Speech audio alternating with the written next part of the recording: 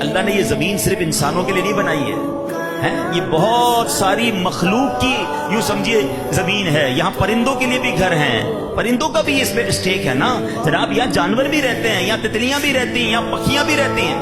ہم سمجھ رہے سب کچھ ہمارا ہے، توڑ دو سارے درخت کاٹ دیے. سبھی سوچا درخت پہ کون رہتا ہے؟ اللہ نہ کرے کسی کا گھر گرا دو، کتنی تکلیف ہوگی.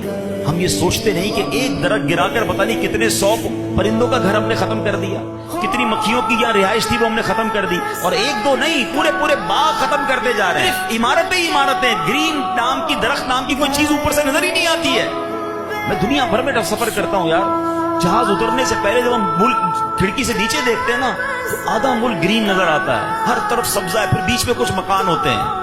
ہمارے یہاں تو کانسیپٹ ہی ختم ہو گیا ہے کہ درخت کا کیا کرنا ہے، پودوں کا کیا کرنا ہے.